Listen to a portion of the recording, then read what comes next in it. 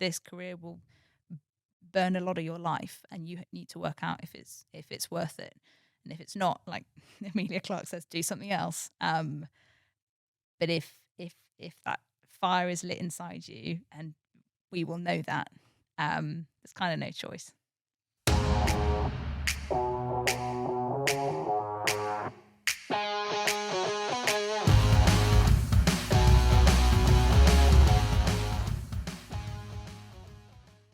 Welcome to Filmmaking Framed, your video podcast uncovering the realities of filmmaking. I'm your host, Daniel Hughes. And I'm your host, Tom Dexter. With us today is Stuntwoman Lucy Johnson, who works across film, TV, and video games. Lucy's credits include Gladiator 2, Batgirl, and Vikings. Hello, Lucy. Thanks for having me. So, Lucy, could you, in your own words, explain the role of a stunt performer?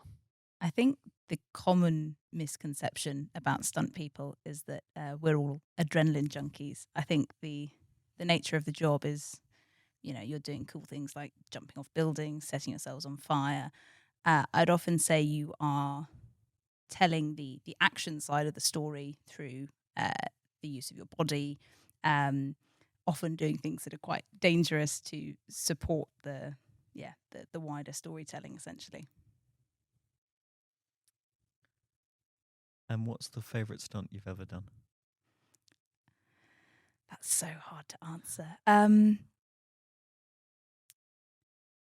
I think the one that I will remember for a long time was a stunt that was given to me by the very generous and supremely talented Pete Miles on the First Omen that's actually just come out. It's a prequel to the original Omen movie. So you have the iconic hanging scene. And I was given the chance, essentially, to recreate that moment. Being a big American prequel, we got the opportunity to make that even bigger. And I was lucky enough to get to jump off a building, hang myself, smash through a window, all whilst on fire. So that was pretty monumental. And one of the greatest experiences of my life. And that obviously, as with most filmmaking, came together thanks to a huge support team and wider cast and crew. But it was a very special moment in my career. I'd love to ask you a bit about, what a typical week might look like, and the sort of balance between prepping a shoot and then actually performing the stunt. But I guess let's start off with right off the bat with, let's just explore the stunt of being caught on fire. So stunts is a funny one. I think you basically have two types of stunt people on a film set. You sort of have the day players who come in and are hired to do a very specific skill, and you also have people who are there on the core team who get to be with the production from start to finish, and that is one of my favorite things to be able to do. And with that, the core team is essentially responsible for a lot of the prep. So I think this conception that we're all adrenaline junkies and we all just love to jump off things and do crazy stunts is negating the fact that there's a huge amount of prep and time that goes into making sure that stunts are safe. We are paid to take risks. However, you can still make a risk as safe as possible. And that would be the prep stage. So for something like setting on fire, I mean, you should already be trained to do a fire gag. Essentially what it involves is you get in several layers of usually freezing cold, gel-soaked Nomex, which is sort of fireproof material that racing drivers wear. So ironically, when you're on fire, you're actually very cold. And if you feel heat, we often say if there's a pinch, then you're kind of already burnt and you need to deal with it pretty quickly. But so you're basically soaked in these freezing wet clothes, often in a race suit if it's a big burn. And then, I mean, essentially you're painted in petrol and glue and set on fire. So that process, I mean, for the Omen, for example, it was a very big stunt because of the combination of elements. So you would start with just the piece of being set on fire. And that might be a couple of days prep around the burn itself, getting the gels ready, getting the accelerant ready, which is the petrol and glue essentially. But equally, you're also testing costumes, so you have to have sort of cotton things that are very or can burn a long time essentially. So the core crew is prepping all of that. Now, I as the stunt performer am either part of that core crew overseeing that process, or I just turn up on the day and I do a burn test, for example, a costume test. You'll then add all the other elements in. I mean, that burn on the Omen, we spent 2 weeks prepping all of the wire gags and combining separately to that the fire elements. And then, after 2 weeks, it's 20-25 seconds of burn over half a day. But even the prep time for a burn on the day is about 30 to 40 minutes, mostly because you have to try and squeeze all the layers of harnesses and clothing around the costume and still make it work. And how do they put you out? They roll you, or that sounds really stupid. They literally extinguish you. So usually what will happen is someone will drop to the floor, as you'll see a lot in movies, on fire, and usually that's the signal to go put me out. So when I was jumping off the building, we had 2 signals. One was to make a T shape. So if I made a T shape at any point, because I was meant to be hanging myself, so therefore that's not the obvious position to be putting yourself in, that would be the extinguish me signal. And then when you hit the floor, you just go down, because then you're at least covering one half of your body to get rid of the oxygen. Could you talk a bit about what stunt team, like the stunt department, looks like? So also there's the performers, which is what you do. There's stunt coordinators. What's the core team look like? What are the different roles and what are their responsibilities? So it will vary from film to film and depend on budget. So on Batgirl, at our peak, we probably had a core team of around 20 people. And then with the likes of the First Omen, it was a much smaller set of stunts we had to do. So our core team was probably 4-5 people strong. The stunt coordinator always sits at the top of that. And they are aptly put as one of my former bosses on Batgirl, Scott Rogers. He said, I take responsibility for everything that happens to this team, and fundamentally everything falls on me. So the responsibility starts and stops with the stunt coordinator. So they are the one who is overseeing the whole process of every stunt in the movie. And that can be everything from like a little push in an actor scene to something nuts like jumping off a building on fire. Underneath them, you often have an assistant coordinator who will be sort of stepping up into that coordination role. They will be running lots of the day-to-day, doing risk assessments, helping to sort of liaise with multiple departments. The beauty of stunts is that you're really working as part of the crew, but you also get to perform. So there's a lot of crew liaison that goes on. We work very closely with VFX, SFX for reasons that I can go into later. So that would be the assistant. And then underneath that, you sort of have your performance team. You'll often have a lead stunt double for a big movie like Uncharted, for example. Tom Holland has 2 main stunt doubles. And then you'll have the wider stunt performance team who will be your sort of background fighting. If there's a big bar scene, you need a whole bunch of people losing their minds in the back of shot. And that would also be stunt people. Amazing. And I guess I have a question around, presumably because there's so much prep that goes into a stunt, when the producer, the production department, ADs are putting together a overall schedule for the project, how many days in a row can they have stunt without you not having enough time to prep? It's a good question. Sometimes schedules change, which can make it difficult, but we would aim on a large scale production to be prepped for everything sort of weeks out. So Batgirl's a great example. We did 2 months of prep before filming even started. And as filming was going on for the next 2 months, we were prepping for the second unit shoot, which was this massive night sequence over 2 weeks where, I think I was going on fire literally every single night and then being someone's fire safety, a couple of hours later, and then doing something else, setting up a wire gag.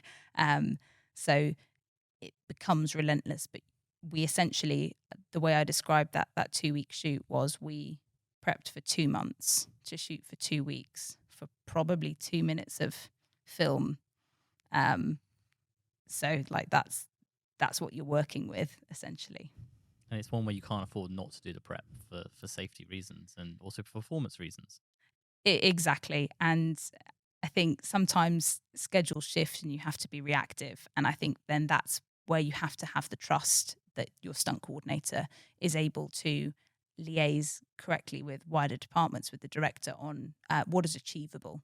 So often, stunts are notoriously the last shot of the day. So if we're doing a night shoot from, I don't know, 8 p.m. till 8 a.m., you will have worked through the whole night and it'll get to 6 a.m. and someone will go, okay, this is your time to set up and go. And, you're exhausted. And then if someone turns around and goes, hey, can we just change something? Let's, move this setup, change the height of something on a wire gag. Your boss essentially will assess whether that's possible and then manage accordingly. I think Keirbeck talks about, he's a very successful stunt coordinator and director, talks about hiding behind a tree and having your thought process to yourself, then stepping out, engaging with everyone else. If they ask a question, take that time to go back behind like a wolf in the forest and then come out again to have the response. So you're not subjecting yourself to the pressure of a film set when tough decisions have to be made. Yeah, so it sounds like a stunt performer has to be not only highly skilled in their performance skills, whether that's fight choreography or being set on fire and stuff, but you also have to be highly adaptable so that you have those skills so embedded in you that if something changes slightly, you can quickly adapt to it and do that safely still. Yeah, I think the job is both, we often say that the job actually happens outside of shooting. You're constantly training, essentially, when you're not working. You're honing your skills, you're honing your body, you're making sure you're completely prepared for when someone gives you the call. And the off time is what will make you good in the on time. I think outside of the training, yeah, you need to have the skills that are for the job. And I think actors have this thing where, someone goes, oh, can you horse ride? And you go, yeah, I can horse ride, and then get on a set. And it doesn't matter, essentially, because you're the leading actor. For us, if someone asks me if I can horse ride, I tell you exactly how much, to what level, and what I'm comfortable doing, because fundamentally I don't have that privilege when I step on the set. And the likelihood is something will change and I have to adapt. Adaptability is key. And training is useful, but you need to trust that on the day you can, turn on a dime, you can be reactive, and still do it safely. And like, sometimes when you're training, you have to bail out of moves or something goes wrong. And that for me actually is also really good training, because when something goes wrong on a film set, you have to be able to react quickly and make sure that you're safe and protect yourself and your team members, so that even when things go wrong in training, it's actually helping for that adaptation on a set. It's definitely one of those roles where it doesn't serve to be dishonest with your skill set. Like if you're an AD and you're like, yeah, I know how to break down a script, and then you can't really, it's okay. But if you're like, yes, I can definitely throw myself across something, and you can't, you're putting yourself at risk. It's just not People worth find it. out pretty quickly Yeah. as well. And like I've spoken to bosses in the past who go like, someone said they could do something, I gave them 2 shots, couldn't do it. Like, I need to find someone else who can, which is fair, because everyone's safety is on the line, everyone's reputation is on the line, and you're only as good as the job you're on, is what I always think. And if you can't do that job, don't be there, because it will damage your reputation more than it will, benefit it. I was wondering if we could then maybe explore about that training process. So there are so many skills that you might be asked to do. How do you, as a stunt performer, decide which skills to specialize in? And then, as a second question, how do you balance keeping those skills all up to date? with difficulty, I would say. So I think that there's a whole training process, and I think it depends what country, for starters, you would be doing your stunt training in. So America has a system of, they don't really have a specific guild or team or set of guidelines. So you would often join a stunt team, if you're lucky, at the bottom, and work your way up, and through that learn and develop your skill set. The UK has a system set up by the British Stunt Register, where you have essentially 6 skills that you need to hone and be assessed on before you can join the Stunt Register. Neither is correct, neither is wrong. Each have their pros and cons, essentially. Sometimes one will encourage more sort of safety around specific stunts, but others will give you sort of that on-set experience that's also crucial. If I'm a really good gymnast, but I've only ever worked on a sprung floor, When someone goes, "Hey, we're in a concrete shed today. Do you want to do your flips?" And like you have to adapt. It's a very different challenge. Usually your training would start from sort of what you know. So I would say most people go into stunts because they have some sort of affinity for something, be it, you're a former gymnast or a martial artist or you're a good driver. So you would start there with your training, hone that, make sure that's sort of specific, adaptable and usable on set. So at the moment there's a huge rise of tricking, and it has been for the past sort of 15, 20 years, which is sort of like parkoury gymnastics is the best way to describe it. So it's all sort of side flips and funky things that look cool on a film. So as a gymnast, it's in my interest to also learn those skills because they're more likely to be asked on set than, a more specific gymnastic skill, for example. From there, you would then branch out to sort of wherever you feel your strengths are. So I'm a fencer by background, so sort of moving into a martial art that has similar stances. So I went into karate, makes sense. I was a gymnast as a kid, so moving into trampolining makes sense, possibly high diving. So you find things that sort of you have an affinity with and train them. I was lucky enough to start my career in Ireland, and their mindset, they have a register, which I'm also part of, but they also encourage the learning of those stunt specific skills, which we would usually say are fire, falling, fighting, wires, vehicles, animals. So like if you want to be set on fire on set, you can't walk onto a set and go, "Yeah, I've been set on fire." You have to have done the training, sort of work your way up from maybe a simple skin burn to a partial body burn to a full body burn. And you do all that training off your own bat, off your own money, off your own time, in the hope that the opportunity will arise that you get to use those skills. So it's kind of like your own business, and you're investing in Hmm. your own training. So you're kind of you're paying, the earnings you might get on a film, taking some of those earnings and investing those into a skill so you can earn more money. Essentially, yes. And I would say most of your life, like I think you earn a lot of money, but the training costs a lot of money too. And even if, let's say, for example, I was training for the British Stunt Register, once I get on, then need to hone the skills of wire, fire, falling, vehicles, if I haven't done the driving training or motorbike training, for example. So your learning kind of never stops. And martial arts fall in and out of style, fight styles fall in and out of style.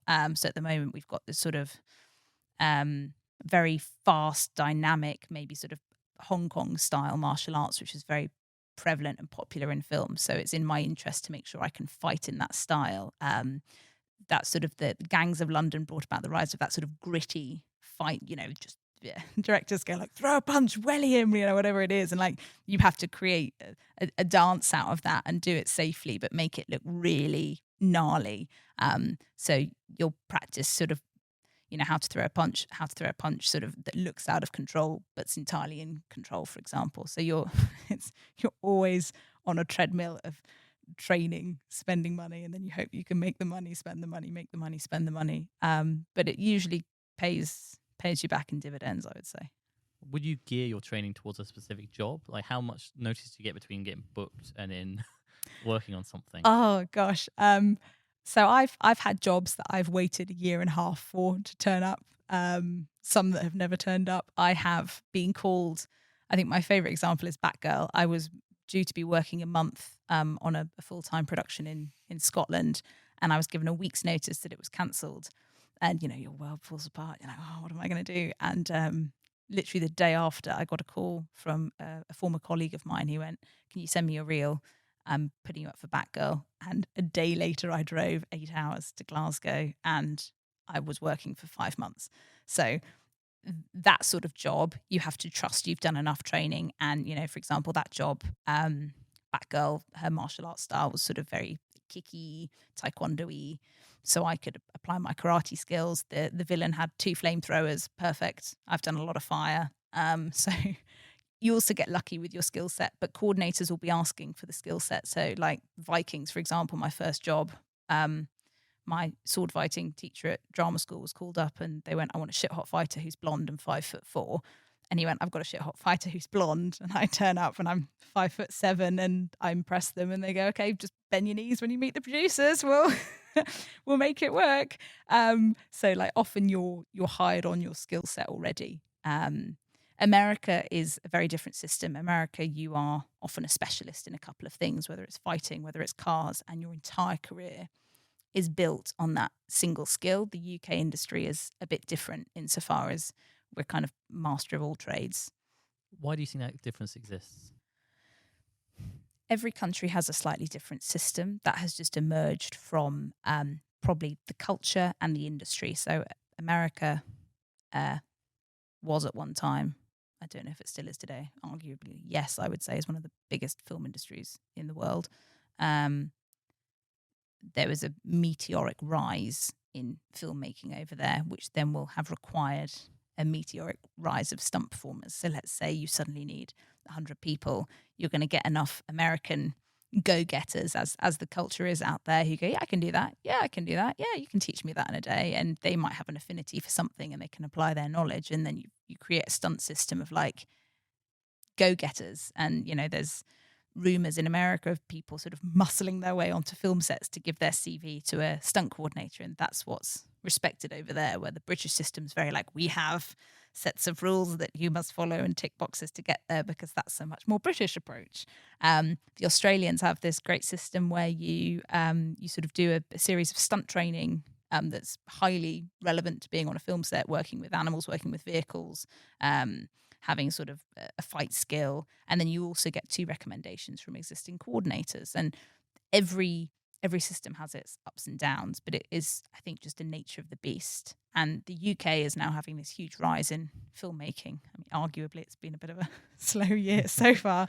And it will be interesting to see how the market adapts to that. And, you know, we're close to Europe, so can we import talent from there is going to probably be one of the big questions. I'm really curious. So obviously with the mega boom that we had a few years ago, Mhm. particularly in 2022, you were seeing people getting stepped up extremely quickly, Mm-hmm. and that kind of progress. Like I've been on jobs where it was like 4 HODs were doing it for the first time. Yeah. For example, was Stunts kind of insulated from that by the British system of you need to be in the guild and you need to do, or did you guys experience the same kind of? There was, when there is a feast, the doors have to open for more stunt performers. I've come from a slightly odd background by the fact that I'm on the Irish register and I've honed the correct stunt skills, but I'm not on the British stunt register, although I am training for it because my whole goal is like, don't play politics, just do the job. So I had a big rise in 2022 because there was a need for people. I was hired by an American coordinator who valued my skill set above everything else.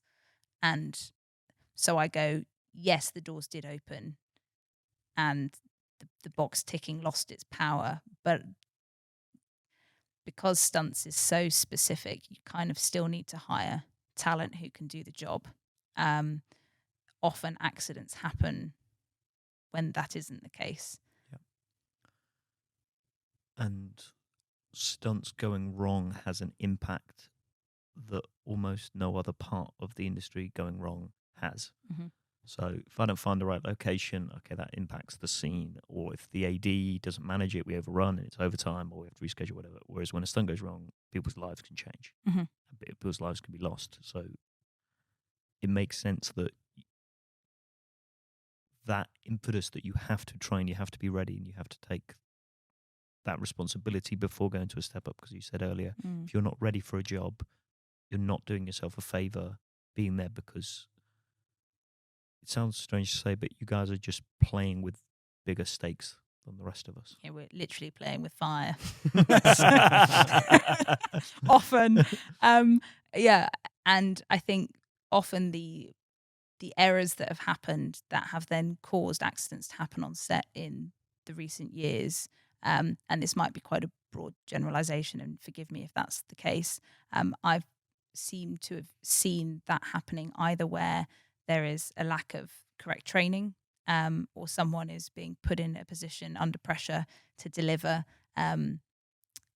where they might have a specific skill set but not a stunt skill set. So I might be really good at, I don't know, driving a motorbike but not necessarily doing stunts on that motorbike. Or you see it where, and I think the biggest thing and the most solvable thing that you can see is the lack of communication. And that is communication between departments. That is the stunt coordinator taking the time to have that chat with the director about what's going on, making sure the AD's involved. And film is very dynamic and very energetic. And I think that's a reason we're all part of it. And decisions can get made very quickly. And if people aren't kept up to date with those decisions, that's often where accidents might happen. And that's very solvable if we all just share that information, communicate. And easy for me to say at the bottom of the rung who's not having to deal with, a big shot director in the moment. But usually it's communication that breaks down that causes accidents. And I'm curious, which are the departments that have the greatest flow of communication with stunts? We're really lucky because we get to work across the board. So my favorite thing about being on a core crew is that you get to really build relationships with everyone. You're so much a part of the crew. I mean, the First Omen was a great example. Everyone from sort of the producers you're chatting with, all the way to sort of crowd wranglers and costume and makeup. You kind of have to be allies with all of them and friends with all of them. And I make it my mission, if I'm on a core crew, to make sure that I have a relationship with someone from every department, because there will come the day, and I always call it picking the battles, where you're going to have to pick a battle.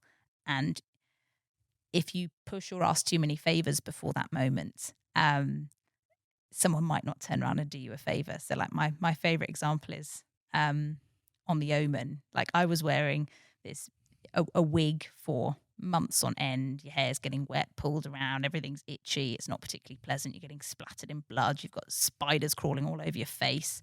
You're getting stabbed. You're like leaking bodily fluids day after day after day after day. And you just hold your tongue, you stay professional, and the day turns or comes around when I have to go to the head of hair, and I essentially go, look, I know you've got this lovely wig for this character who's jumping off a building on fire, but we need you to sew in some real hair wefts into a fire hood, because that's going to keep me safe. And that needs to happen in the next couple of days, and I need 3 of them. And like, that's the battle I care about. My battle with costume on that job was knowing that when I needed the skirt taken up at the front so I could take the step off the balcony without worrying about tripping or anything because you're on fire, that's my battle I care about. Everything else doesn't matter. If you need me in a costume that doesn't, quite fit, or is, I don't know, it hasn't been washed, or like, it's rarely that, to be fair. You just hold your tongue, because a decision will be made that will actually affect you doing your job properly, and that's the one that matters. So like, you truly interact with everyone. ADs, we're often on set on core crew, sort of supporting a coordinator, monitoring a situation, running to get pads. You're very close with VFX and SFX, just by the nature of the job. So like on Batgirl, the flamethrowers were created by the SFX team, but obviously we're the ones being set on fire by the flamethrowers. So you have to have that conversation and explore that process together. VFX is interesting in the sense that for now, stunts and VFX are very close friends, because if you want to animate someone on fire, you probably need to set me on fire first to create, the base layer of that, and then you add to it is usually how you create the best effect. At some point, there will be enough database probably of fire that I don't need to go on fire anymore, and that might be when we're not so friendly anymore. But for now, I go, there's a huge affinity with that, and VFX at a detailed level is highly expensive. So until that changes, we will be allies. I was wondering if we could just go back a little bit on the training side of things. Are there certificates that you get to prove that you have skills, or is it all based on you having done it on a previous job and people know you can do it? It depends on the skill. So something like a rigging course, I've gone and done Keerbeck's rigging courses, which I would highly recommend if you're interested in wire work, just from understanding systems that are hauling you around sets. You get a certificate for that. You get certificates for certain BSR skills. A lot of it is you earning the right to be on the set through previous work, and that's where your show reel becomes very important. So I got the burn on the First Omen because I was able to have footage of me from Batgirl doing some crazy burns on moving vehicles and nut stuff, and unfortunately none of that can be released to the world thanks to the whole production being put on the shelf. However, if you have some sort of base footage or you've got proof that you've done that that can be shown to someone confidentially, then you go, hey, look, you need someone to do a complex burn. I've done a complex burn already, and that earns you the job. I mean, so much of this industry is based on recommendations and your reputation and on people giving you a shot, essentially. And I owe my career to a lot of people giving me shots. And I love the idea that you're an overnight sensation, or like, you just need that one break. And I'm like, I don't think you need one break. I think you need like 5 or 6 solid breaks in your career. And people need to consistently give them to you and consistently back you for you to be able to have this career. It's not one magic moment that we're all hoping for. People always need to take a chance on you. And that's where I'm like, always be kind to people on the way up. Always be generous with your time. Always be professional. Always be the nicest, most hardworking person in the room, because you never know where people are going to go, and you never know who's going to recommend you for a job. And who has given you your breaks? So many people. First and foremost, I guess, Richard Ryan on Vikings, who hired me despite being 3 inches too tall. And we bonded over our love of fencing. I was an international fencer at the time. So he introduced me to this world. So I will always be grateful to him. I think Scott Rogers, the stunt coordinator and second unit director of Batgirl, truly has influenced my career in unimaginable ways. He taught me the value of working hard consistently, even when you think no one's watching. Showing up no matter what is happening, and delivering your best. And he took chances. He gave me also through, again, I'd had my reel, I'd proven my worth over a series of months, and we'd built up to things. But he gave me a lot of my sort of big feature film stunts, my first vehicle fall, crazy burns on top of vehicles, amazing wire work. He got me in the bat suit to double Batgirl. On a night when no one else was available, but I'd spent months rehearsing the stunts. So to a certain extent, like, you earn your position, but he took that chance on me, and he has irrevocably changed my career and has been a sort of mentor ever since on, getting through the hard times, on training right, on focusing on what matters. And then I guess Pete Miles is the other coordinator who has transformed my career. He gave me that burn on the First Omen. He got me to double the lead on top of that. Incredibly generous man who has backed me, recommended me, supported me, advised me on everything from training for the British Stunt Register to approaching difficult stunts, managing departments and set politics. I've been blessed to have such incredible mentors. And yeah, I will owe my career to them. And to the work that you've put in, and to the work that you've put in not on set. Yeah, and I think my greatest advice to anyone, regardless of what part of a film set they want to be on or in, is that you have to keep showing up for yourself every day. And I think the industry, sadly, it doesn't dislike you and it doesn't like you. It is just indifferent to you.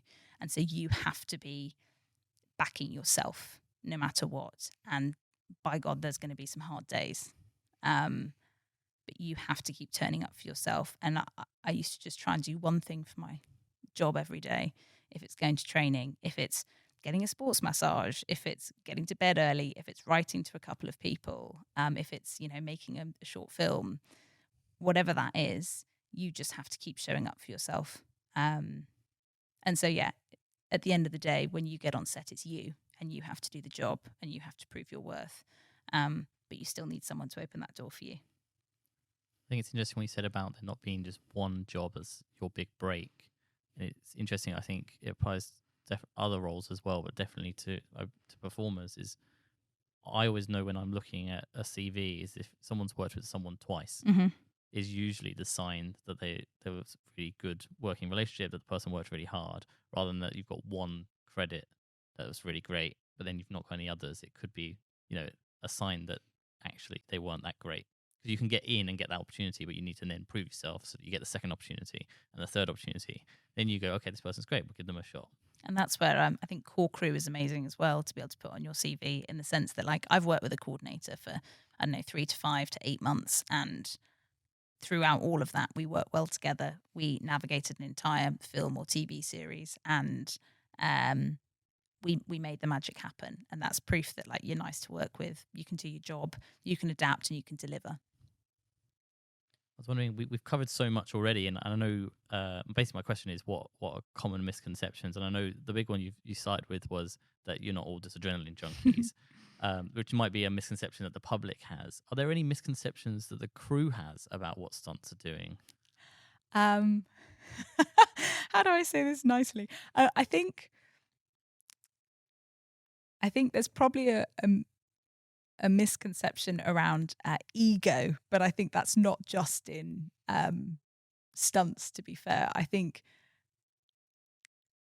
a lot of film is a really fun job. There's a lot of money to be made. It's a really creative space where everyone has opinions.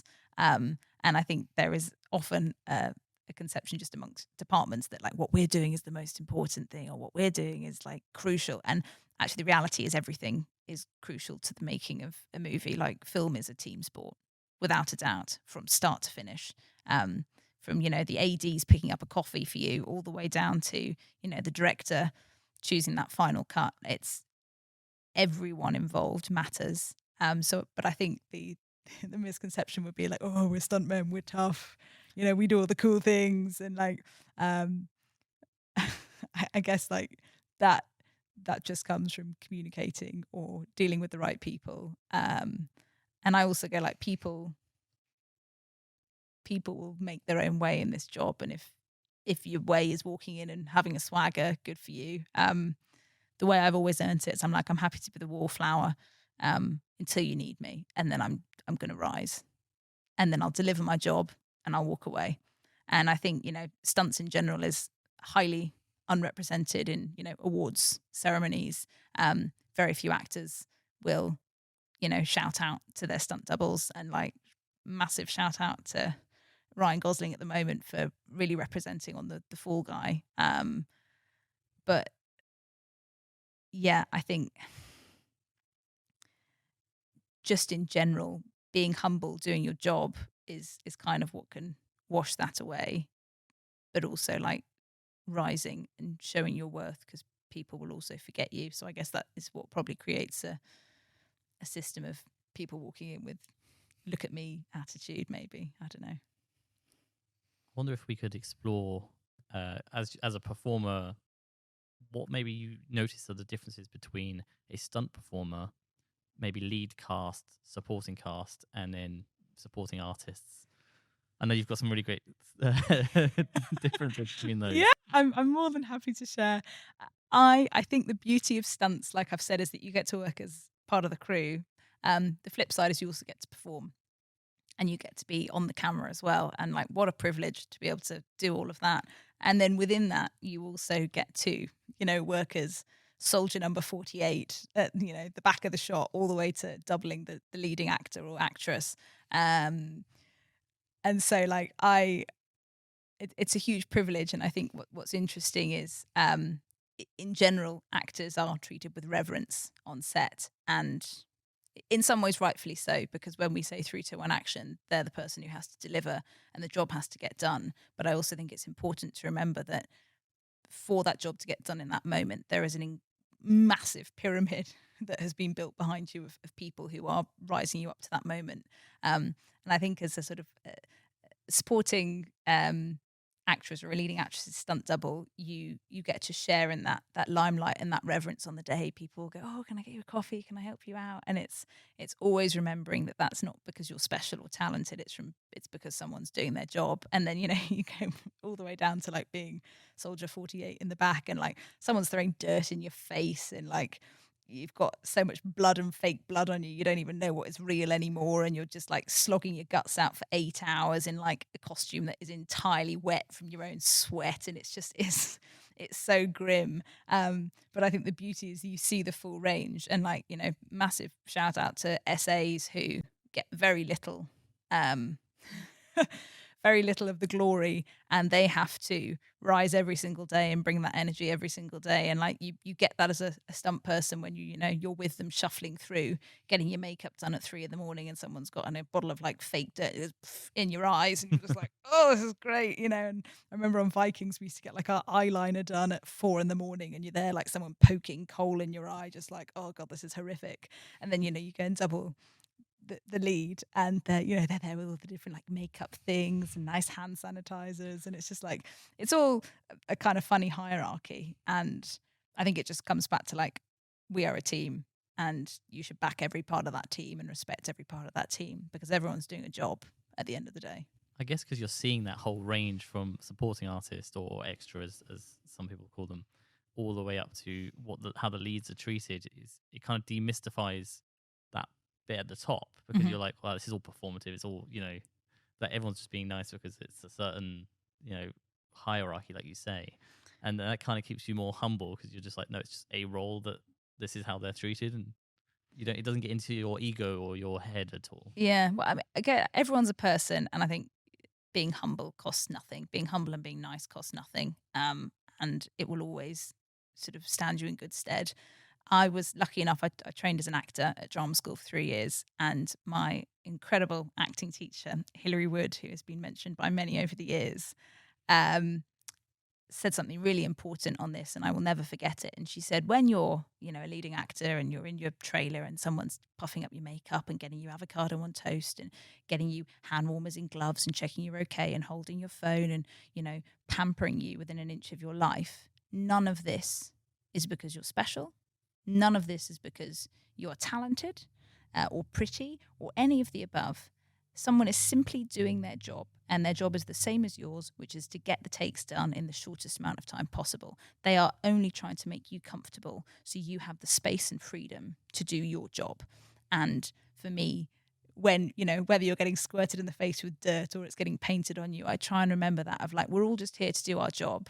And, you know, even as a stunt double, particularly for a lead, you need to try and give that actor the space to deliver the performance. They are selling the character, they are selling the story. So it's important that you have the ability to entirely step back and blend into the wall and give them the space to do their job. And equally, you then have to be able to rise and also share parts of that character with them to deliver. And it's seeing that whole process, but also remembering that like no one's in the wrong, no one's in the right. Everyone's busy, everyone's tired, everyone's doing their job. You had a really great story before we started recording about you know, running through the woods with the leads at the front, and then the stunt performers, and then the supporting artists. How are those sort of things coordinated? If obviously, you know, the director and the ADs are really focused on the leads and the stunt coordinators really focused on the stunts, how do you put together a scene like that where, let's say you got a load of soldiers running through a forest? That's 100% down to the incredible work of assistant directors, and often the third ADs, who've been there first, who will leave there last, who've signed in like 500 people and got them through hair and makeup. And the ADs will manage the crowd at the back. We'll have our own stunt AD, and they'll work with the stunt coordinator and the assistant coordinator to get it all together. But I mean, like, you look at the supporting artists, and like they will be on set first, basically. Sometimes stunts are there first because we are rehearsing action sequences, but then essentially an SA is standing around all day waiting for shots to be set up, and then they have to bring the fire, and then we sort of swagger on and bring the fire a little bit, and then the actor swaggers on last and brings even more fire, and like, so it's all basically run by everyone else, and you are just you're a very small cog in a massive system, essentially. And how do you, in your mind, so you have to go from here to here, you know, you've got to maybe take a swing at the lead, and then you've got to go over there, but you've also got all these other people around you, all of their own sequences. Do you find it's you just focus on what you need to deliver, or how do you balance being aware of what everyone else is up to at the same time? I would say that's the secret of the job. And I'm very grateful for my acting training to have given me the awareness of performing, but also pretending, and understanding marks, camera frames, so you can really appreciate what's going on in the wider space. And like, I think at the end of the day, particularly with fighting, like you need to look like you're really angry and you're going for it, but you should always be in control. So I treat it a little bit like a dance often, where like, your timing, who's meant to be running past you, you go and you deliver your piece of action and then you leave. And you just have to make it work. And, sometimes, I mean, I love it. This is also the beauty of being soldier number 48, for example, is like chaos always ensues. And like at some point you just have to be a chaos goblin. And like I've had sort of things where someone will come up and like take your sword off you and they go, yes, and they'll take your partner away because they'll go and be fighting a different actor.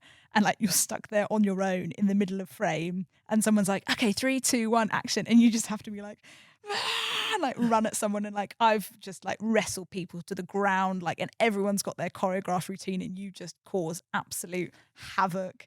Some people just take like arrow hits to try and get to the ground, or you just try and make something happen. And I'm sure you've seen like in The Rage, you've got the amazing sort of, he's always moving when he's doing his before and after his fight sequences. And it's a little bit like that, where you're like, just keep moving, just keep alive. It's all going to look chaotic. And you look at, Ridley Scott's Napoleon, and so much of those fight sequences are just carnage. But I'm like, that's realistic. Like every time I've been in a fight sequence in a big army setup, you're standing there and you're like, oh, we'd all be dead. Like every single one of us, like, this is such a stupid thing that humans did. I cannot believe that anyone thought this was sensible, because like you would have no idea what's going on. And we literally have people telling us what's going on and we don't know what's going on. One of my favourite battle sequences ever is in Battle of the Bastards. Jon Snow is in there and it's in the mud and it's just chaos. And there's a scene where 2 guys are fighting and Jon Snow then kills one of them and then he kills the other one. So you're like, he has either they were both enemy soldiers that didn't realize, or he has definitely just killed one of his own guys, because no one has any idea who's fighting for who. Oh, it's like I've done sequences where like I think there was a scene in Vikings where the hero had to fight 8 or 10 people, and let's say there's 12 of us Vikings, so there's me and one other girl in the back of shot trying to keep the whole frame alive, and you're fighting like 20 enemies, and then like all you can do is do like 1-hit kills, and you're running through, you're sweating, that takes 8 minutes long, and then like everyone's dead. So then you have to be like, guys, get up, someone get up, and like everyone rises and you're like, oh my god, this is just it's absolute carnage. And like, yeah, I look back on those days with the most fondness, the days where you're like covered in mud and blood and smoke and you can't see and you're having asthma attacks, because the camaraderie of the stunt team is built on those just mad days where you just have to keep going, keep rising, keep fighting. And like, god, I love it. Is there an element of improvisation then to those sequences? Because they can't obviously orchestrate 450 people in a field all fighting at the same time and have individual choreography. So we will often, prior to the filming, you'll basically find a partner or find a couple of partners and choreograph an 8-beat fight. And often we say once you've done 8 beats, people can't recognize a pattern. And if you can add a turn into that 8-beat fight, then people really can't follow that pattern. So if I can create 8 moves with someone, that's usually what happens. And then SAs will often get basic training days on doing sort of high slashes, because the camera will read the high hits better than the low hits, or any sort of lateral stabs don't work as well as a slash. So you learn all the tricks on the job. Like I remember early on in Vikings, it's like you always kill someone with a slash, because then VFX doesn't have to animate it, particularly if someone can die like quickly off frame, out of frame. So you just find the tricks of like how to save people money. So it's basically a load of small performances all happening in combination with little groups, with a couple of chaos goblins running through. And then like, there's technical term. It's like the only way to describe it. And I used to hate it, because I think as a human, you're very self-conscious and you don't want to mess up anyone's plans. And particularly as, if you've been in the situation where like you're fighting and someone ruins your routine, you get jarred for a moment. And so to be that person, I used to hate. And now you go, this is brilliant. Like we're just creating carnage. And actually that's probably the most realistic thing. one element I'm really interested in is how, because you were talking about with slash and upper movement, is how fighting gets adapted to be more to appear better on camera. And the one example I can give is there doesn't tend to be a lot of fights in kind of medieval, that kind of settings, with spears, because if people are fighting with swords and axes, you can get more people into the frame. Whereas historically, we've obviously used pole arms, and the Greeks had the phalanx and so on. But then you'd have a bunch of people who are 12 foot apart who are just kind of spearing each other. So I was curious if you could talk about, in that vein, like what you talk about with a high slash bit or attacking from above being more cinematic and capturing better, in other ways that, or if you talk about martial arts, like ways that moves are made less effective than they would actually be if you were really trying to fight someone, in order to make it easier to capture on screen. I think it entirely depends on your fight coordinator, your fight choreographer, and what style you're going for. So I think the simple answer is a lot of fighting would look quite boring, particularly if you're thinking of sort of spears. I mean, most people, I'll be poking you through a shield and you'll be dead, and then I'll step over you, and no one really wants to see that in a fight sequence. I mean, I've done quite a lot of work with spears. They are just harder to master, and if you've got limited time with an actor, you might choose not to give them a spear, just out of like saving everyone a challenge. The style of fight kind of depends on what someone's prioritizing. So with this sort of like fast martial arts style that's becoming very prevalent in movies, they are favoring what looks cool, essentially. Let's add a couple of, B twists into our fight. Let's do some fun, funky spins. And I'm a fencer by background, so I love when someone does a fencing sequence with a big turn in it, because I'm like, first rule of fencing is don't turn your back. And like, also, why would you turn your back on someone who's got like a pokey implement and is trying to stab you? But equally, like, it looks cool. So it depends if that's what you're going for. I started my career under Richard Ryan, who is a huge fan of essentially storytelling, and he wants every single beat to have the story being told. So I should either be like trying to kill you or nearly dying, basically, in most of the fight, and the audience should be able to see what that is. Where I think often if you're moving too fast, for example, it looks cool, but like, who's hitting who? Or you get sort of sword fights where the swords are meeting in the middle. Who's hitting who is sort of the question I like to come back to. So I sort of was trained on that. So for me, what I value is like seeing the story. And, we learnt at drama school, sort of two things happen when you run out of words to say in the script. You either have sex or you fight, right? Those actions should only those actions should only happen because I can't have a chat with you and resolve it. So we're not resolving it, which means the fight then needs to be an extension of that story. So yeah, you learn tricks of the trade. Like if I sort of slash rather than poke, there's a bigger arc, so everything looks more dramatic. You might use less spears, because also what you have is, if we're not fighting with two spears, it's spear on sword. You need to work with distance. So like, I would not attack you with a long range weapon at short range, but the sword fighter needs to get into short range for there to be any jeopardy. So it's not that it's not possible, and like, we've made some amazing fights over the years with exactly that, but you have to play with that jeopardy and understand that. So I don't know, I think you just learn tricks of the trade from everything from like, how a punch will sell, but also is so dependent on camera angle, how you're shooting a sequence. And again, like, some directors will, want that sort of follow style where you do a single take and you're trying to track all the moves. You'll have someone who just wants to pan out or just get facial expressions. So like, our job often on the stunt team is like, we try and create something that tells the right story, that is true to the script, has fun weapons, cool moves, but also isn't kind of illogical. What I would say is, like, if you're really fighting, things often move so fast that you are reacting purely on instinct. That doesn't really work for film. So often we are slowing things down to present a moment, to show something. So like, I remember when I started out as a fencer, my brain's like, I just disengage off the line and stab you in the face and you're dead. And you're like, well, that's not a great fight. So I have to like go slightly too wide because I'm panicking, realize something's coming in, and then you're playing with every beat as if it's a big dance routine of storytelling, essentially. There's a fascinating thing in the Star Wars lore, where obviously you have the massive Star Wars fights where the lightsabers are flicking around all over the place, and then you've got the ones like between Obi-Wan Kenobi and Darth Maul, where it's a sort of more of a samurai one, where they're sort of both judging each other and trying to work out who's going to make the mistake, and then one move, and then it's over. And there's such a range there, and I know I sort of comment on it because there's such a controversy where some people love the lots of lightsabers, flying around all over the place, and some people really like the psychology behind the fight of the Obi-Wan Kenobi fight. You're talking about the animated one in the Rebels. animated show, yeah. For anyone who's like, I don't remember that Phantom Menace. So yeah, I thought he had two, and they were waiting in two ways. Rebels. Yeah, It's the animated show. But I guess that's what's interesting is that the director will make a call on it's a stylistic which ones choice they go for.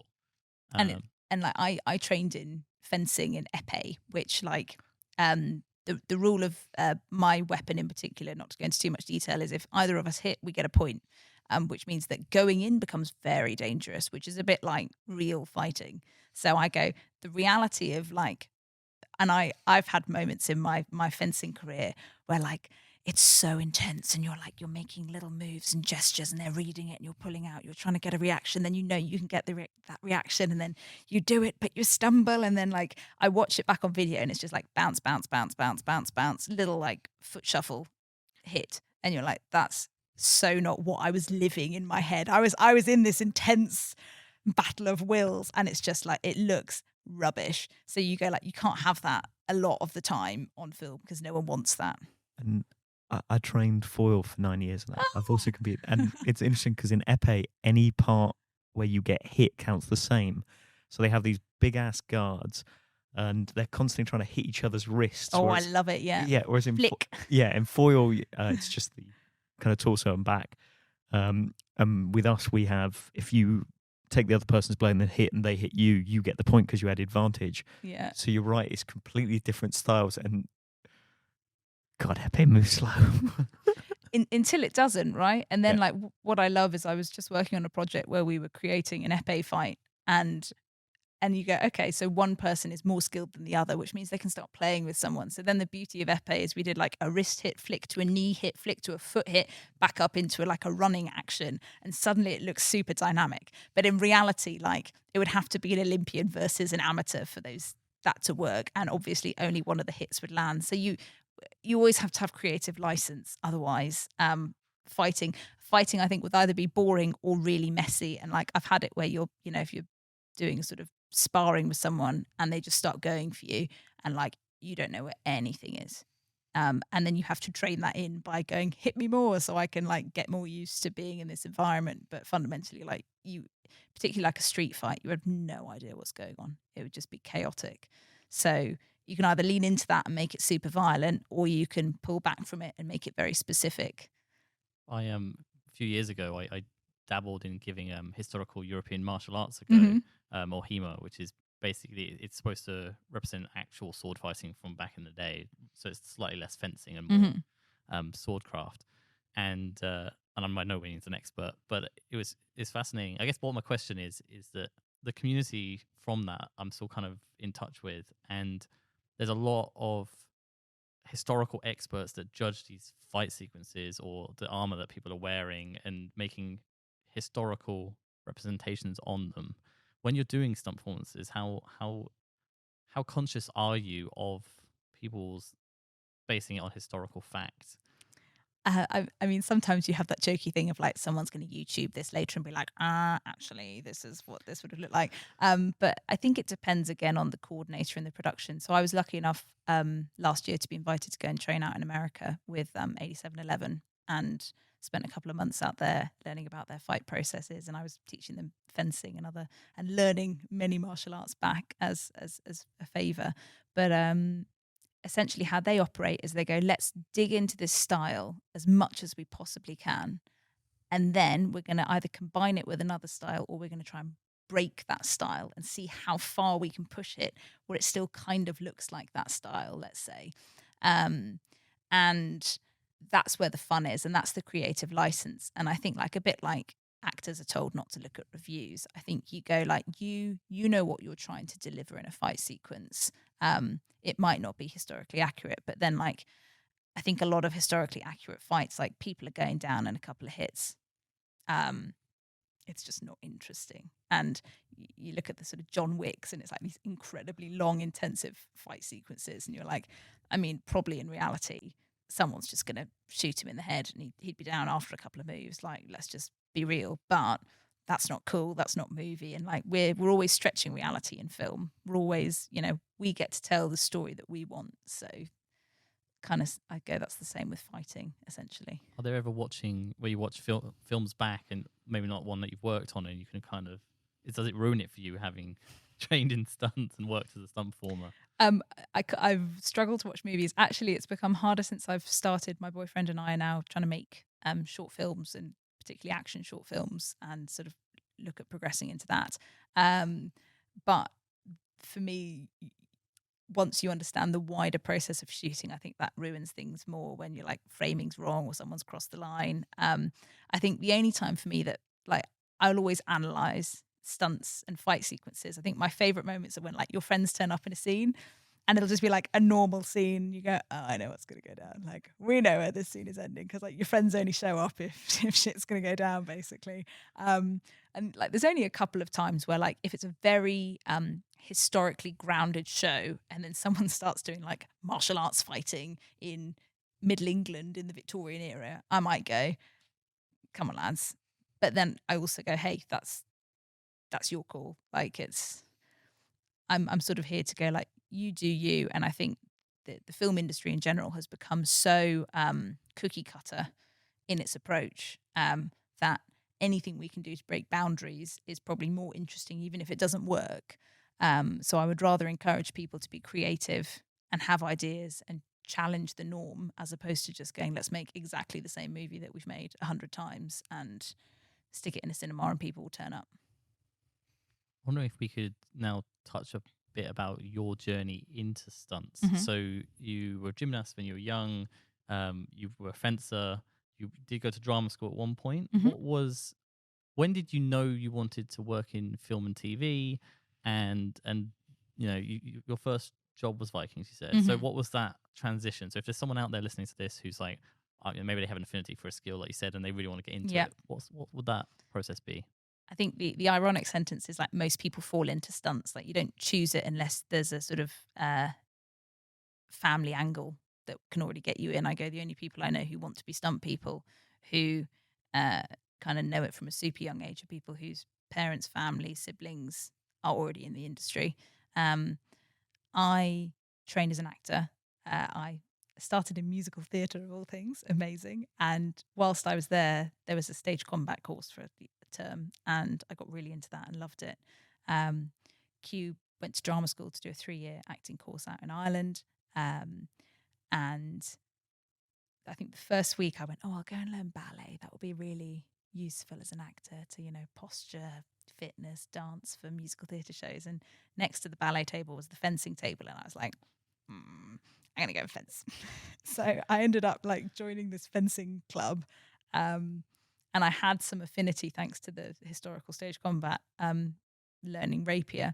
And I am a fiercely competitive person, I think is the only thing you could say, insofar as like, I think within the first session, they'd put me on the development team.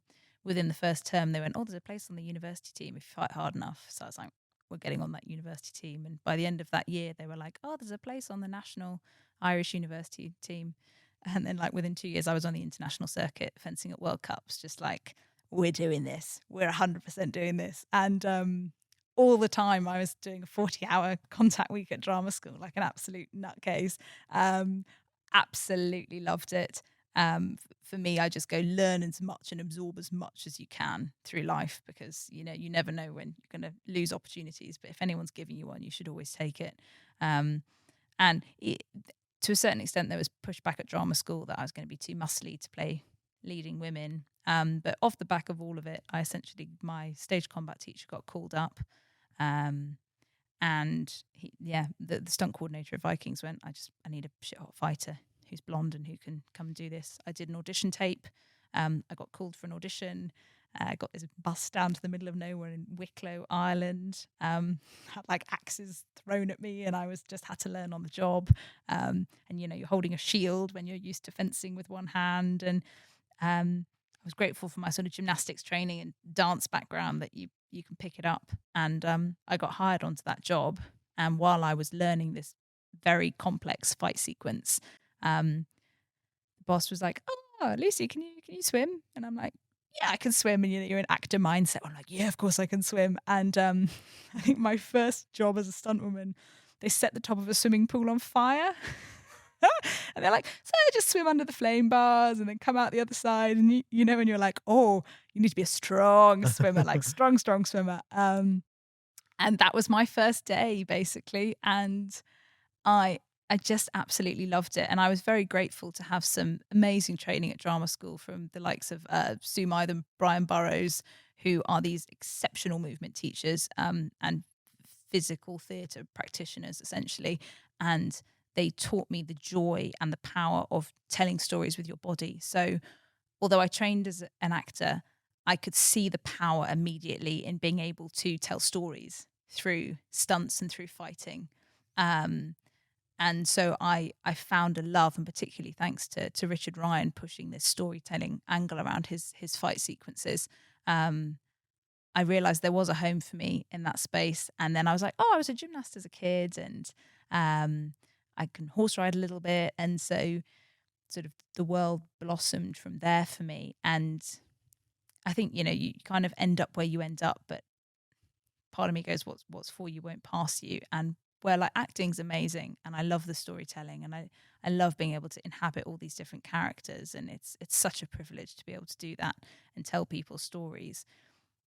What you forget, particularly in film, is that you're often in your trailer prepping for a scene, then you go out and you deliver the scene, and then you go back to your trailer. And where like stunts for me has become such a blessing is that you are there from start to finish. You are building the world, you're seeing how the world is lit, you're creating the story with the script, you're then performing that, and then you get to sort of help with the pack up and go home, but you are truly part of the system in a way that maybe as an actor you don't always get to be. And so I entirely fell into it and entirely fell in love with it. And I would say everyone's journey in stunts is different. I know people who are martial artists by background who go, oh, this might be interesting, cliff divers. The one that always upsets me is when people have a friend in stunts and they're like, oh, you make so much money, so I'm going to do that to make money.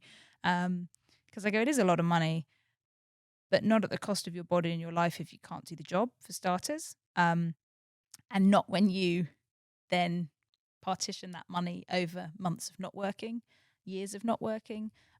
If you expense all of your training back on that money you've earned, it's like, it's good money, but it's not that sort of amazing thing that you think it's going to be. And like, as someone who has come into this through storytelling, and I just adore the privilege of being able to tell stories and have serious conversations around like the most ridiculous things. We are so lucky to be able to be part of this when, like, most people are accountants and doctors and, God forbid, in war zones, like we just get to play for a living, and it is such a privilege to be there. And it just makes me sad if people don't realize that, or they go for it for the wrong reasons. I really love that.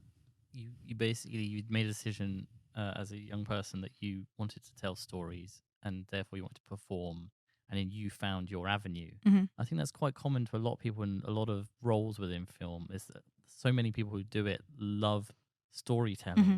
And then they find where their affinity is. So it could be that they really love accounting as well, so they're a production accountant, or they work as a line producer, or they're really good at logistics, so they go into locations or unit managing.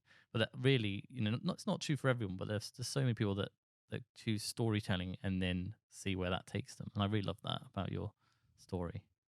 And like, I think we have the power to change the world in a different way through stories. And I think Emilia Clarke said, if you can do anything else with your life than be an actor, do it, because it's a really hard job. And I wholly stand by that to a certain extent with anything in film. But I go, like, the curse and the blessing of my life is that I found it. And I've got a side hustle. I do a corporate job as a headhunter, which sounds like I'm an assassin, but I'm not, unfortunately. I just desk job, recruitment.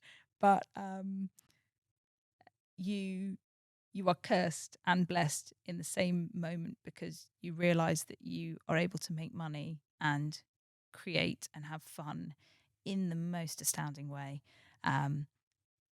But the nature of the industry is also that it's fickle and it's not always there for you and it's indifferent to you. And you will have to work every day of your life to cling on with both hands, because everyone else realizes how good it is as well. And if you know you can do that as a job, it makes doing any other job quite hard.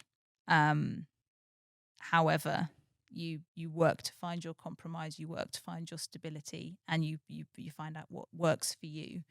And if you love it enough, it will always come back to you. And I remember Scott Rogers right at the end of Batgirl. I had that sort of that young moment where I'm like, oh, maybe I'll never work again, as we all think at one point in our career.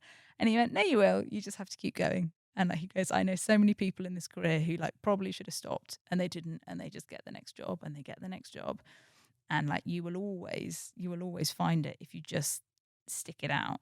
You talked to people previously about burnout or about the anxiety around not having enough work, and you're right. Actually, sometimes if you quit, then it stops, or you can keep going. Maybe you can pause for sure and adapt and move. And the freelance kind of way, which is something we try and convey in the podcast, is there's not one route for everyone. You kind of have to adapt in life to all the different situations. So for you, you've managed to find this side hustle which allows you to earn as well as doing your stunt work and to pay for your training and that sort of thing.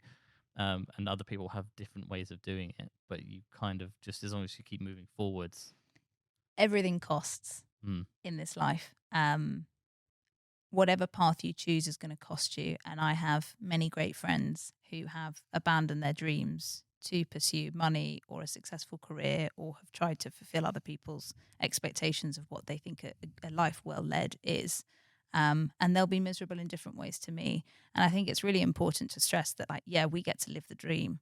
But like the flip side of that coin is like, I've worked for 8 months straight and like the world is your oyster. And then I've worked for 8 days in a year. And they're both very real realities, regardless of how talented you are. And there is a cost to both. And the cost to this job is huge amounts of instability, often huge amounts of anxiety as a result.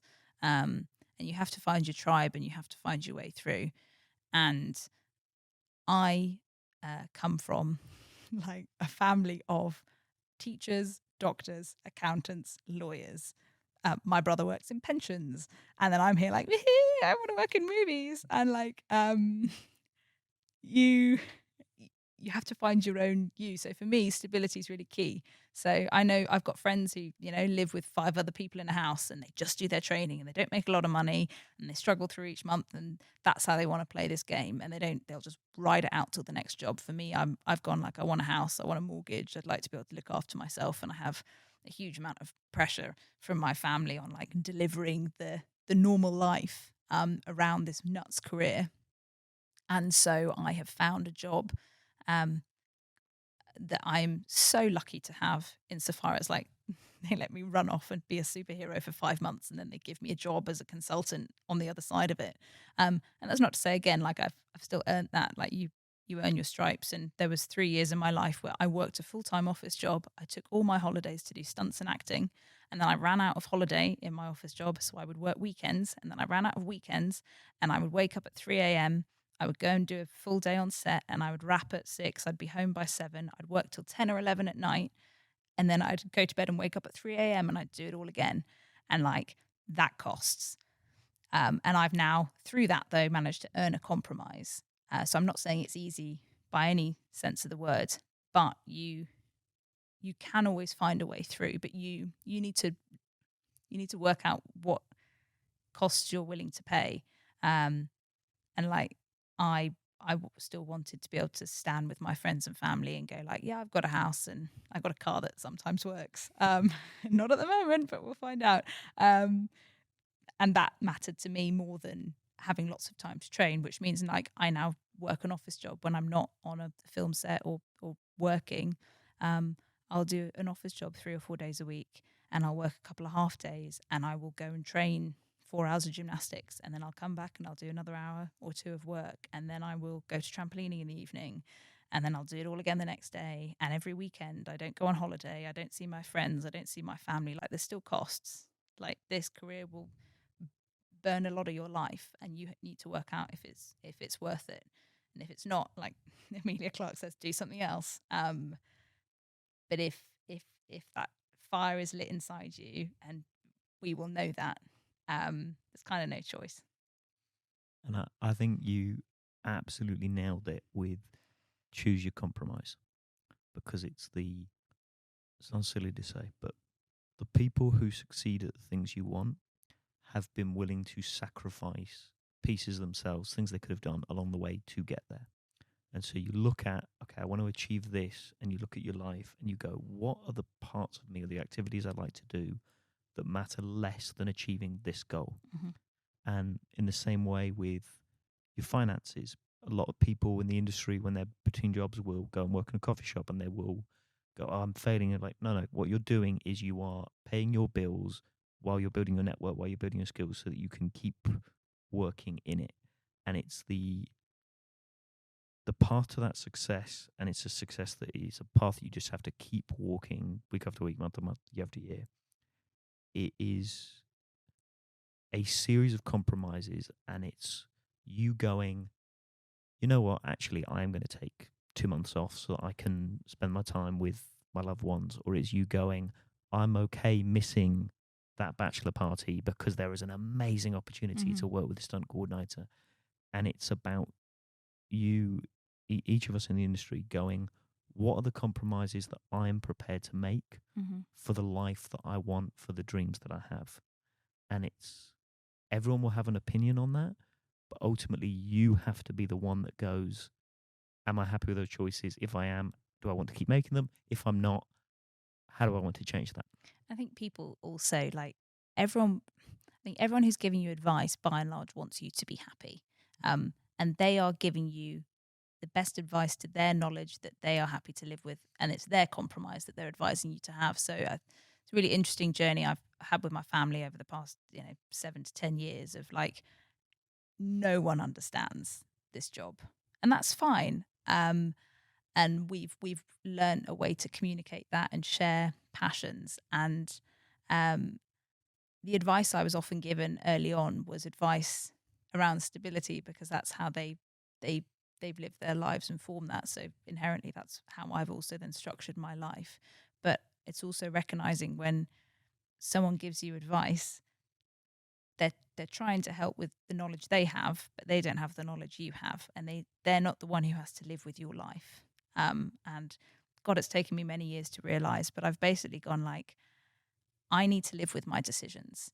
And I think a helpful thing I did was write myself a timeline with Stunts, because you definitely have those days where you're like, God, what am I doing? This is just like horrific. I'm seeing the physio once a week who's popping my ribs back into place just so I can continue training, and I'm not even doing the job.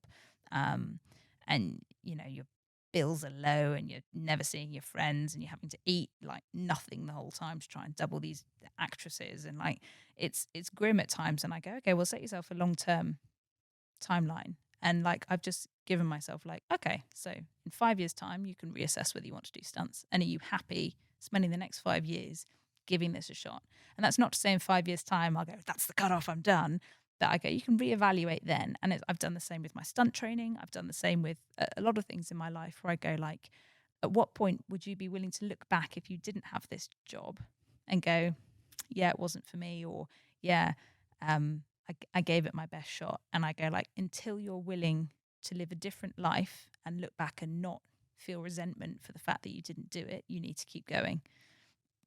One of my absolute favorite quotes is, in life, we must choose our regrets. Mm-hmm. And there's an idea that if you make the right decisions, you prioritize the right things, you won't have to regret your life. Because people say, oh, when you're nursing home, what are you going to regret? And I think it's incomplete. I think you are always going to have a part of you that's like, fuck, I wish I spent more time with my kids, or I wish I had, I wish I had worked with that director who I've loved their films, and I wish I had explored that opportunity. And it's about working out what are the regrets that you're happy going, you know what, maybe I'd have preferred a different life, but I'm pretty happy with the decisions I've made. Yeah, I entirely agree. And I think for me, what's so surprising is all the moments in your life that you think will be the defining moment of your life, like so rarely were. And like, I actually take like this whole career is so funny for me because this whole career arguably started when I decided to choose fencing instead of ballet. And that set me off to become an international athlete.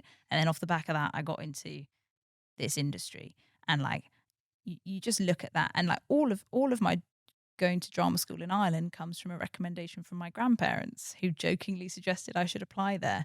And so you look back at your life and you go, God, that was a defining moment where like my entire life is based off this one like casual decision. And anytime I've been going like, this is the moment where I choose between two giant jobs or something, it's like, that's never the moment that matters. So I think like it's also going like, yeah, you're going to regret things, but also appreciating that like when you think you're making a big decision, you're probably not. And when you're deciding whether to get like a cup of tea or a cappuccino, that's probably the decision that's going to set your 'Cause career you off went in a to get- different direction. You went to get that cappuccino, so you bumped into someone and they said there's a job coming up, and You don't just know. you never Yeah. know. And like I think I had a lovely friend gave me some advice when I was sort of trying to work out sort of how to structure my life for the next couple of years. And he went like, Lucy, why are you planning 10 years in advance?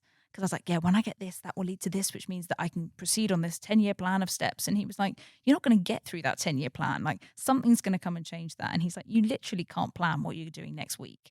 So why are you trying to plan 10 years in advance in like the world's most unstable career? And he's like, just own the fact that you are talented, you're putting the work in, and off the back of that, things will come that are worth it and that are right for you. And do those well as best you can. And it's people tend to think outcome oriented. Mhm. So if it worked, it was a good decision. If it wasn't, it wasn't. But life is actually process oriented. So if you go to a casino, you pull your life savings on black and you win, everyone's like, oh, it was a great choice. You've doubled your money. It's like, but that was a moronic decision That's a terrible process. choice. Yeah. And in the same way, it's particularly when you're building a career, particularly in something like stunts, where you have to be so talented and so like have so many different skill sets to protect yourself while you're doing it. You have to put all this time into training before you've gotten any paid work. Yep. And so you have to go through the kind of wilderness of, I'm not getting any positive affirmation in terms of professional credits or in terms of income coming in that I am going to be able to pull this off. And then you get the positive affirmation by having like the world's most amazing year where you're like working, people are ringing you, phones off, off the hook the whole time. You're doing these nuts stunts. You're like, oh, this is amazing. This is my career. And then like I'm not joking, I worked 8 months in 22 and then I worked like for the most part of 23, I worked about 8 days. And maybe I shouldn't be admitting that. And then I was very luckily given an amazing break on Gladiator 2. But you're like, I was doing everything right. And then suddenly, like, even though you have and you've been rewarded with those affirmations, the industry just goes, no, we're going to go on strike, or no, this isn't going to work for you. No, you're on the wrong guild. And like, you're powerless. And you then have to have the grit to go like, I just need to move my piece like one box forward on this game and just keep going. Or you go, actually, I've had my great run and I'm happy with it. I'm not ready for that. So I go, then you just move that piece forward and trust that you are talented enough and things will come along. What is the best piece of advice you've ever gotten? I've got two.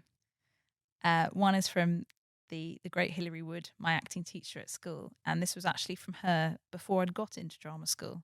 I went and did a summer course at the same drama school. And talking about silly life decisions, my interview, and I then interviewed to do the 3-year acting course, they went, why do you want to join? And I went, this woman, I want to work with this woman. She just said, it was actually about audition processes, but I think it's great for life in general because we all take ourselves way too seriously. And she was just like, darling, don't give a galloping fuck what anyone thinks. You just do you, sort of thing. And I will always just like remember that as just walk in there. You own yourself, you own your experience. And like, if someone's trying to pull you down, you're probably doing something right. It's kind of how I operate. The more successful you are, the more enemies you generate. So I stand by that quite a lot of like, I'm a huge warrior. And so I try and have that in the back of my head of just like, no one really cares at the end of the day. And the other one is my mum. And actually, this was in relation to my office job when I was having a hard time trying to manage the great tsunami that was my work-life balance, or work-work balance, I guess you could call it.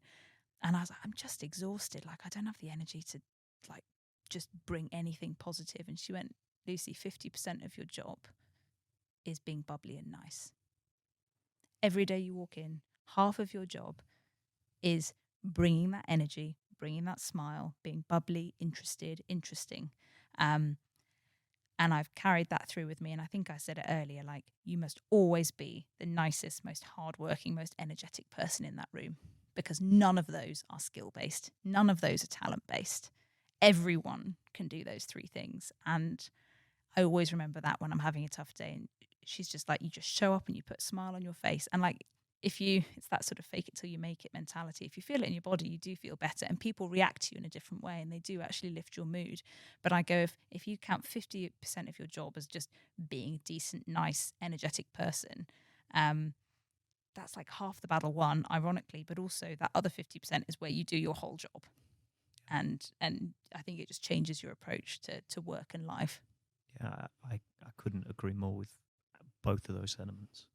Like, I did a training once where they were talking about the 3 non-renewable resources you take from people. The first is time, and that one we all understand. You know, if you spend a day with someone, you can't do something else. The next was attention, and it was like, okay, yeah, that makes sense because you've only got so much focus you can give. And the third one, which blew my mind, was like energy. It's like in any given day, we only have so much ability to put up with people who are tired, annoyed, complaining. And when you're doing that, you are taking from people. And you're taking people time, and then when they go home with their kids, do they have the patience to deal with little Timmy knocking over the salad bowl, whatever? And in the reverse, if you can go to someone and be like, hey, how you doing? That was fantastic. I love what you did. You are bringing energy to people, and you are enabling them to have better days, not only on set, but also when they get to go home. And that is something that we're drawn to, people who can give us that energy. And it costs. Yeah. And that's not to say like I go home and I just like lie on my bed and go, oh God, it was so hard to bring all that energy. But you actually, that's the job. And it will pay you back dividends throughout your life. But I also go like, everyone remembers me as like, oh, Lucy, the nice, bubbly, chatty, friendly person. And like every now and then someone's like, oh God, she's so energetic. And you go like, okay, but that's probably because I'm pulling energy out where maybe you're not able to. But then I just go, if you can do it, you should. And if you can be humble, you should. And if you can be generous and kind and interested. And like none of these things are new sentiments. And I think we just forget them. And it's like my whole acting training was grounded on the fact that everyone else and everything is more interesting than you. And that's not to say that the drama school taught that, but that's what I took away from it. And I stand by that forever. I'm like, everyone has a story. Everyone's interesting. Everyone's got a love, a hate, a fear, a wish, a dream. And like, it's like, you will get the best out of life if you tap into that, or if you tell those stories, or if you give that back. And like, life is what you make it. And like, people kind of make life good. So it's remembering that. Absolutely. Like, sounds silly to say, but I'm in a little bit awe. But I'm in awe of you two. So. Amazing. I think we are going to have to draw it to a close, even though we could probably talk about so many more things. We will put in our show notes a way for people to contact you, any resources that you want to share with us for aspiring stunt performers. Maybe people keep an eye out for your short films when they're off and going.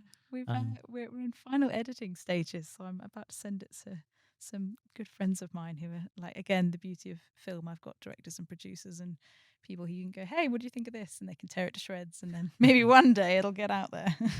Amazing. Thank you so much for coming on to the podcast. Thank you.